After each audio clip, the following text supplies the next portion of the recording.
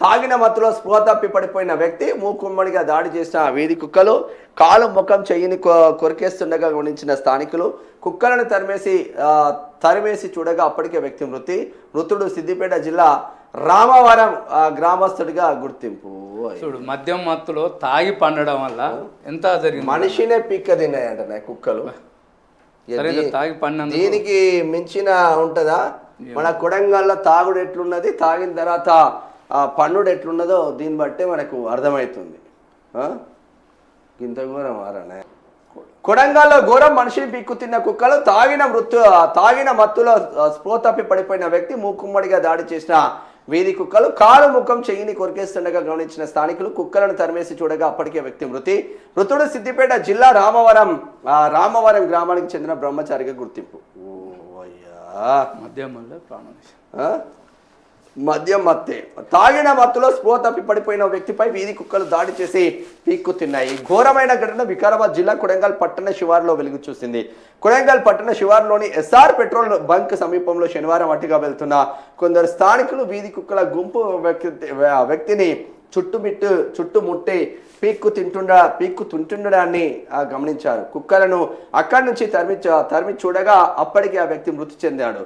అతడి కాలు, చెయ్యి, ముఖంతో పాటు ఇతర శరీర అవయవాలను కుక్కలు పీక్కు తిన్నట్లు వారు గుర్తించారు. వారిచ్చిన సమాచారం మేరకు కొడంగల్ ఎస్ఐ సత్యనారాయణ తన సిబ్బందితో కలిసి వెంటనే ఘటనా స్థలానికి చేరుకున్నారు. గుర్తుపట్టలేనంతగా మారిన ఆ డెడ్ బాడీని పంచనామా నిర్వహించి పోస్టుమార్టం నిమిత్తం కొడంగల్ ప్రభుత్వ ఆసుపత్రి మార్చురీకి తరలించారు. చిక్బల్లాపూర్ వెళ్తానని చెప్పి మృతుడి వద్ద ఉన్న ఆధారాలను బట్టి ఆచూకీ కోసం గాలించగా ఆ పోలీసులకు కుటుంబ సభ్యులు వివరాలు అందించారు. మృతుడిని సిద్దిపేట జిల్లా రామవరం గ్రామానికి చెందిన బ్రహ్మచారి 32 సంవత్సరాలంట.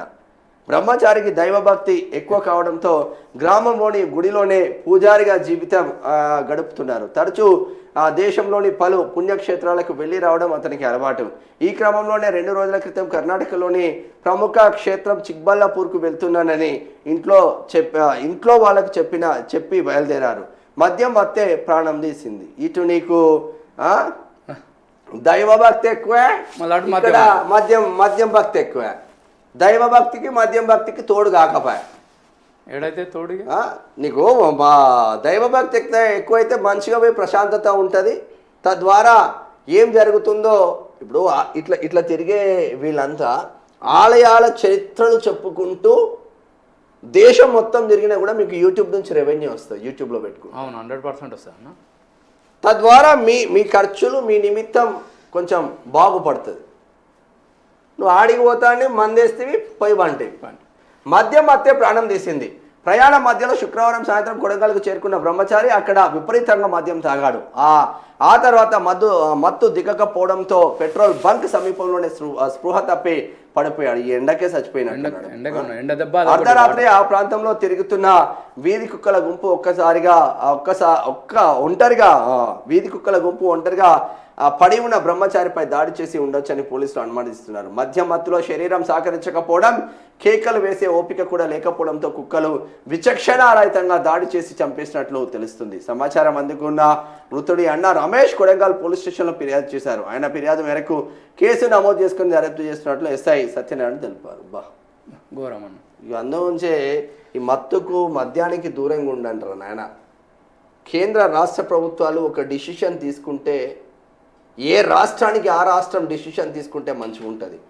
కానీ ప్రతి 2 ఇయర్స్కి ఒకసారి టార్గెట్లు పెట్టుకొని మందు తాగిపిస్తూ ఉన్నారు. బెల్ట్ షాప్ల దంద విపరీతంగా ఉన్నది. ఒక్క బెల్ట్ షాప్ లేని రాష్ట్రాన్ని తయారు చేస్తా అన్నాడు మన రేవంత్ అన్న.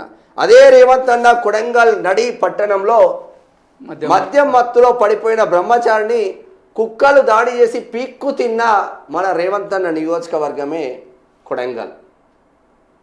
మరి నువ్వు ప్రాతినిధ్యం వహిస్తున్న నీ నియోజకవర్గంలో మద్యం మత్తుతో తల్లడిల్లుతా ఉన్నారు మా ప్రజలు. కనీసం మద్యానికి దూరంగా ఉంచుదామన్న ఒక సోయి మనం రాకపోయా. మరి చూస్తేందంటే రేవంత్ అన్న మందు తాగాడు. ఈడ చూడ ఎంత ఈయన ఇప్పుడు మద్యం తాగే ఆడ పండుకునే వాటర్ పోస్టులు లేరు, వీళ్ళు గొంతు ఎండుకోపోతే బాయ్. ఇలా